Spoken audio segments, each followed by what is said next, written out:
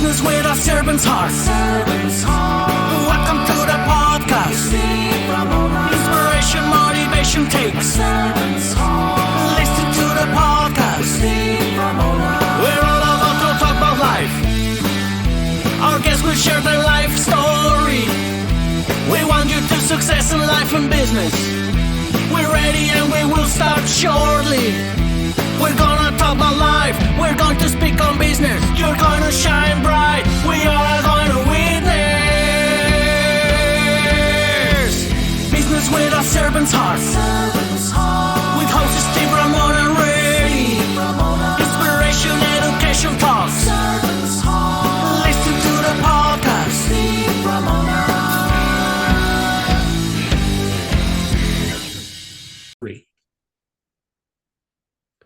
Welcome, everyone, to Doing Business with a Servant's Heart podcast.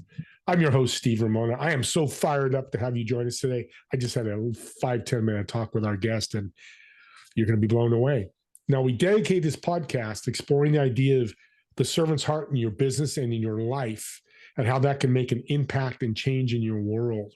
Also, to bring these guests on, like this wonderful guest I have today, to motivate you, inspire you, and educate you on this servant's heart, what service is really all about in so many different ways. And I want you to do your homework today. Yeah, you have homework. I want you to think about how you're going to serve yourself, because you got to serve yourself first, and who you're going to serve today and what impact you're going to create today, because you will. Because I get the advantage, the blessing of doing this every day, and the feeling of it is bar none the best. And I want to thank my incredible sponsor, Pantheon. Join a community of high-income entrepreneurs or business leaders who are creating this world-changing thought leader platform, but not only to grow themselves and grow you, but to grow the world. For more information on Pantheon, just reach out to me and I'll get you all the information, or go to the show notes. You'll see the link there. Well, impact, change, difference maker. My guest is doing it with women, and I told her before the show, I'm going to say it publicly, and I might get some shots from you men. Women are going to take over business because they care and they love and they have empathy. Let's welcome to the show, Yvonne. Welcome to our podcast. Well, thanks, Steve. Pleasure to be here and support wisdom for your guests and your audience. Why women? Because I grew up watching my mom, who was a stay-at-home mom. Originally, she was a professional woman, and she lost her power in the relationship. When she lost her job and became a stay-at-home mom, she didn't have her own income, taught my dad how to drive the car. He took the car keys, wouldn't let her drive the car. And he had PTSD coming back from World War II, Steve. So he just showed up as being a very angry man, and he liked structure. He liked everything in a box. And I was the rebel child who was out climbing trees and did not fit in the box. So personality-wise, now I've learned that we had different personality styles. That's why we didn't understand each other. But my mom literally lost her voice. She got so diminished in that relationship with his criticism and angry words all the time that she lost her voice. And then he turned on me later when I was 11 as well. So I experienced it firsthand, lost my own voice going into high school and got called a snob. A derogatory English term, you can tell from my accent. I was born in London, England. And so I put content together now to help lift other women up so that no woman will be without the words and the language and the energy she needs to ask for what she wants and get it. That's the essence of my work today, through my entrepreneurs seeking to flourish, through my women, professional women that get referred to me. That's what it's all about, leveraging women's voices. I absolutely love people like you take your background and go, I'm going to fix this, not the right word, but I'm going to make a difference, make an impact because of what you went through. And you have the experience to go and tell other women and focus on that. It's great. And you've got this, it's called Confidence Catalyst. Love it. I want you to talk a little bit more so I can learn, of course, the guests or the audience as well. Well, I don't like to say coach, because when someone says, so what do you do? Well, I'm a coach. That doesn't tell anybody anything really, because all they think about is their kid's soccer coach who blows a whistle and shouts at them, right? And that's nothing like the work that I do. So I very often will say confidence catalyst, because people go, oh, that's interesting. Well, how do you do that? What is that? So then I get to be invited into the conversation. You and I talked in the green room about, sales, and my belief that it's an invitation to work together. It's not push, push, push anymore. And let's deal with objections. That's very old sales technique style, in my opinion. And it's about, here I am, here's what I'm up to in the world. You want to play? Come on over. It's an invitation. It's not nailing someone to the wall and all about pain points. It's about, how can I serve you? So the language piece is key. Confidence Catalyst invites people to say, interesting. How do you do that? Well, I work with personality science. I have a best-selling book. I leverage my radio show to help other women's voices get heard, because when women are more confident in their first job, I don't know if you've seen this data at any time, Steve, but when women don't ask and they don't negotiate in their first job for a higher salary, they can end up losing up to $500,000 by the time they turn 65, simply by not asking. And then it compounds where they get a 2% salary increase or a 3% increase, but it's on a low salary. If they had asked for another $10,000 or $20,000, it would be 2 or 3% on that amount that would compound. So it adds up. And for women in business right now, we need to be super clear on what we have to offer, who are our ideal clients to work with, and then why us? Like, what's your story? Why are you the perfect person? You have the perfect DNA to be doing this. Why? And really diving into that. So it's, it's not rocket science, what, when, who, how, why. It's flavored differently in today's economy, I think. You definitely fit the Confidence Catalyst. A perfect name for you. And men out there, she works with women because of her background, but we need to listen. Don't turn this podcast off and you're like, he's no, I'm saying it because confidence has changed my life. You can't sell unless you're confident. It's just, there's no way, right? Mm-hmm. Yeah. Because if you've ever been to a networking event, Steve, and you put your hand out and you get this wet, fishy handshake back, it's like, ugh, right? You feel it. And even on Zoom in little squares in a room full of people, you can feel the energy beaming out. You look at someone's background and it's like Einstein's desk, blew up. I mean, you look and you say, wow, if that's how their life is organized, do I want to do business with that person? Right? Just for women, I always say, just put on a jacket with a collar. It's like when you go to the golf course, you can't wear a round neck t-shirt. It's too casual. They make you wear a shirt, Arnold Palmer shirts have sold millions, right? With a collar for a reason, because it adds a little bit of formality, credibility, and authority. So, one of the chapters in my book is actually when no words are required. It's not about the language, it's about how do you show up so that you don't even get challenged. You don't get asked to bring coffee. Actually, I'm chairing the meeting because you've got your jacket on and you can always take it off if everybody else is around the table in more casual, but set the agenda, set your tone first, then take it off. And the great thing about this, what you're telling is agnostic to anybody. Gender, race, cultural background, religious background. This is for everybody, 100%.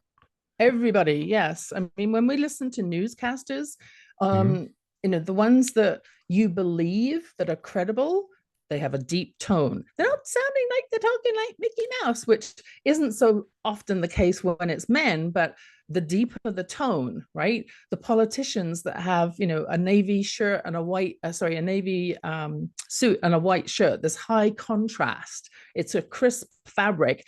All of these things demonstrate credibility, as well as the questions that you're asking, because that will showcase your wisdom and your level of understanding. It's not what you're saying, it's what you're asking. Yeah. And from the stats you just gave me, and I didn't know those, it gave us, that's $1 million tip right there, because we'll just double the 500,000. That's what you get. Audience, please write that down or listen to this over and over, which is why I love podcasts. I quoted it in my book. It's actually from Babcock and Levashare research, and it was also in the Lean In book as well. So it's not my research, but it's absolutely worth sharing. High value tip. You're a beautiful megaphone for it. Just keep shouting that thing out. Let's segue into the book. Beautiful segue. Talk about the book, the name of the book, Obviously, you can get it on Amazon. So it's this book here, Words, Women, and Wisdom: The Modern Art of Confident Conversations. It's 40 different words and word concepts to help women to ask for what they want and get it. Not being aggressive, but by being value-oriented, clear in your ask, and looking at taking out words that diminish your power, like the word just, for example. Oh, I just wanted to ... Well, you just made it sound like a tiny little insignificant thing. Take that word out. You don't need it. I want to ... right? Or you can power up your language by putting in more powerful words. When you're talking about the value that someone receives, their ears perk up. They're going to take notice. When you're talking in service language, I'm not doing this for my ego, it's about them. Again, it makes a difference. People feel that energetic connection. So there's 175 references in the book. So all of the greatest things that I've taken messages from, whether it's, Simon Sinek's, why concept, but looking at it through another lens and saying, okay, when we use the word why, yes, it's powerful. And be aware that when you ask someone, why did you ...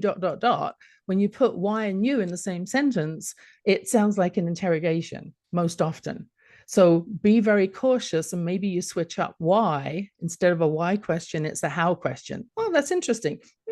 I'm curious, how did we get to this point in the project where we're off or over budget, for example, versus, well, why did you ... and everyone gets their backup, right? Yeah. So the power of your words is so critical. I found when I put that book together, Steve, that I was operating down here with a lot of my female coaching clients. I mean, I've worked with, over the years with HR, with sales, with coaching, 6,500 odd people now, helping them to either be interviewed and land better jobs, or to, expand their business, etc. And the language we use is so key. But I was working down here, so I thought, well, I'm telling people the same concepts over and over, and they're working really well. I'll write the book, and then we can start our conversations up here, and include a copy of the book when they start a coaching assignment with me. Yeah, and I told you this in the green room. You're my sister from another mother, because I talk about that with service too. I can serve at chin level, but why not go to nose level? Because people can see that and image it. Yeah. This is great. You're going to serve people like you were saying, I can do here, but let's do a little bit more for people. Yeah. And they're going to take notice. I wrote that down. Audience, write that down. Take notice. Take notice. The other thing that I wanted to build in is with this book is I did, I'm passionate about social enterprise. I believe that business does need to serve in good ways, as well as only making money. Very important, obviously, it's got to be sustainable. However, there's other ways to skin a cat, if you like, that help it to actually be very impactful as well. And for every copy sold, I donate one to a women's shelter foundation or not for profit, in stacks of 10. So I'm not running all over town. I'm in Calgary right now. But I also wanted to make that impact, because women's foundations, I had a girl pop up on Facebook recently, and she said, oh, you're Yvonne Silver, you're the author of Words, Women, and Wisdom. Yes, I am. I had that book on the nightstand when I was in the shelter, and I was in a really dark place.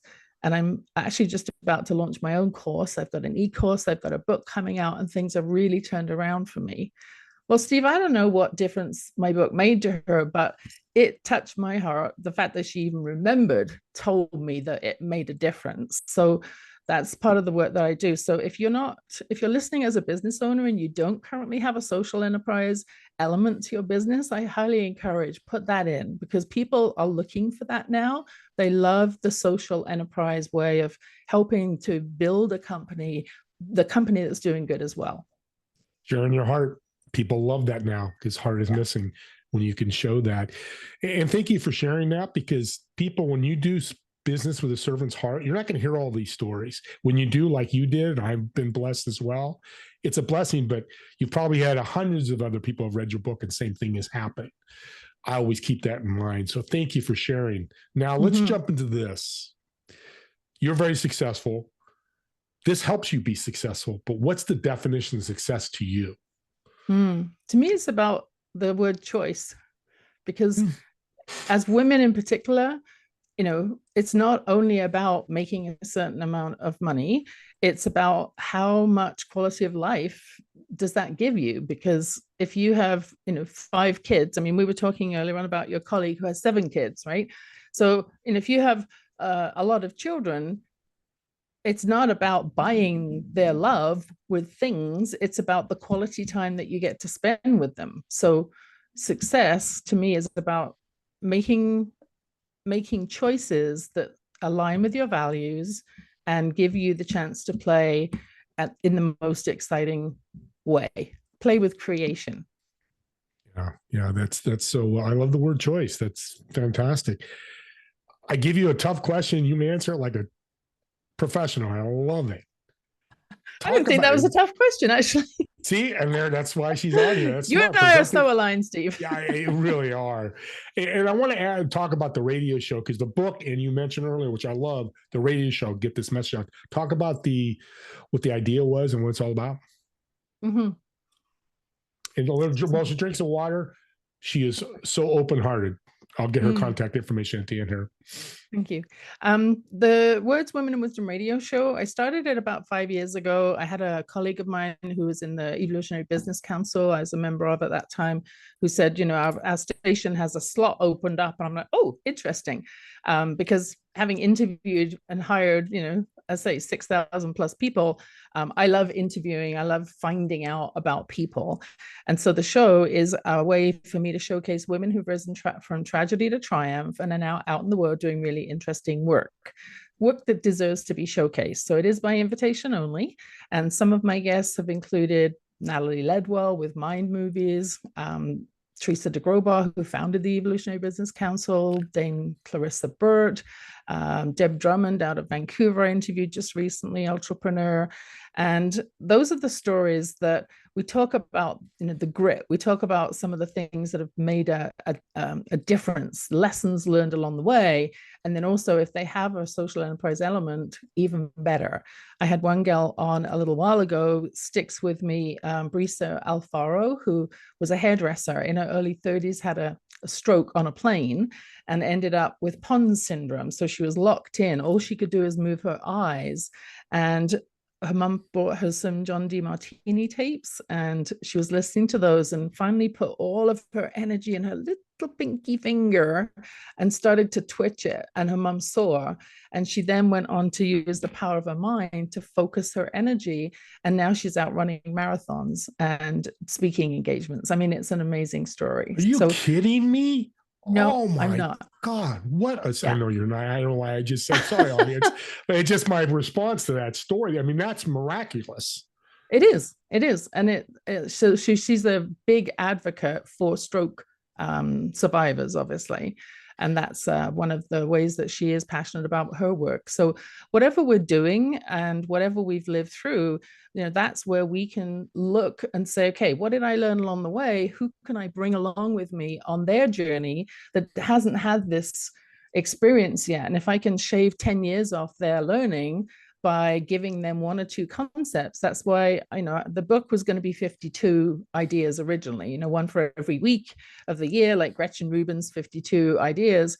And then my editor was like, no, it's too long. It's like over 300 pages already. So I'm like, okay, well, 40 days and 40 nights. Let's have at least a spiritual connection here. So it's 40 words, but they're powerful words. They're, all about self-taught. They're all about having a harmonious home. They're all about the negative Nelly language that trips women up, and dividing it up into 8 chapters. So I think we're going to be able to gift people a free chapter at the end, maybe. Beautiful. Yeah, we got a link that'll get that in.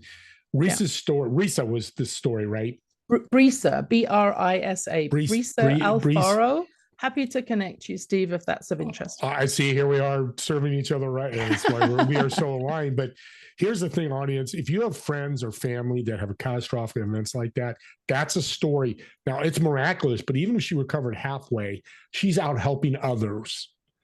If you're disabled or have special needs, you can still serve, and probably serve more than me and you, because you have this great story and great direction. People, I just love it. I'm going to stop right there.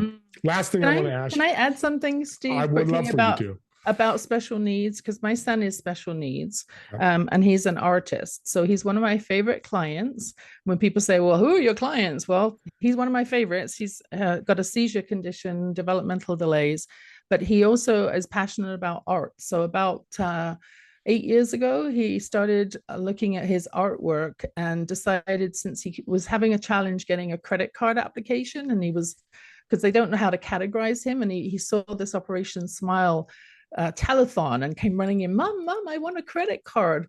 Well, what do you need a credit card for, honey? I want to buy a kid a smile, he says. And he took me into the living room to show me the advert that was playing where they're fixing the cleft palate lip.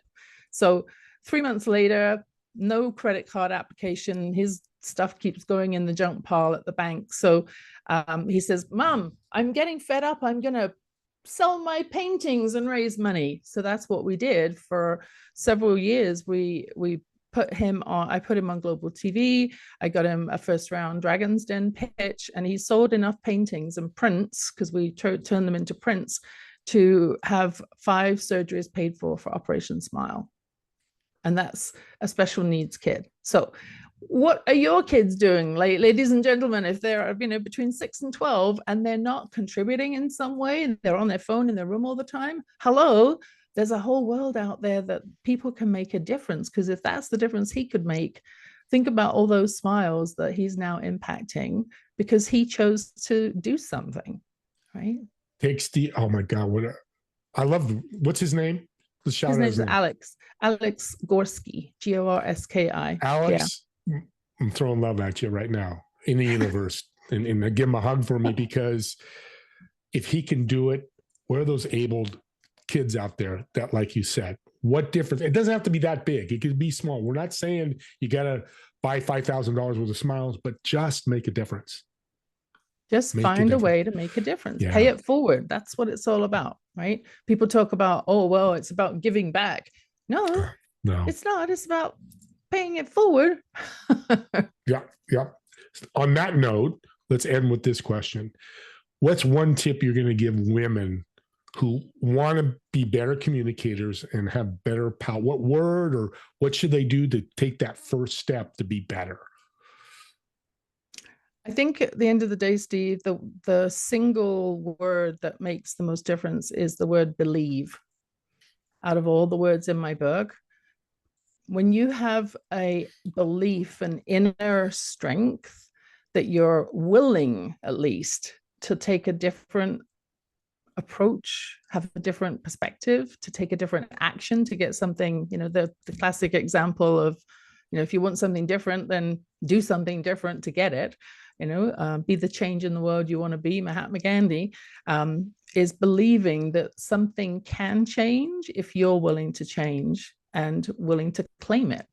Go for it, ladies. Beautiful word. I knew you'd come up with something fantastic.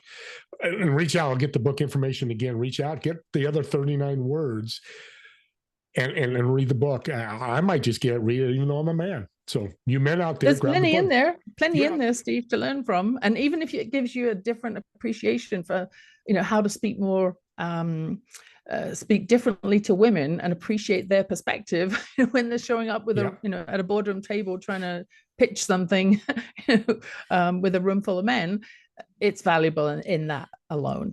That's a great tip. So you men, you better start buying this book, because I'm going to buy it. Let's end with this great question I love to ask. I think you're going to be great. So I've reserved a table in a restaurant for you. Table for 4. You'll obviously sit in one of the chairs, and the other 3 empty chairs, whether dead or alive, who would you invite, and what food would you order for the table?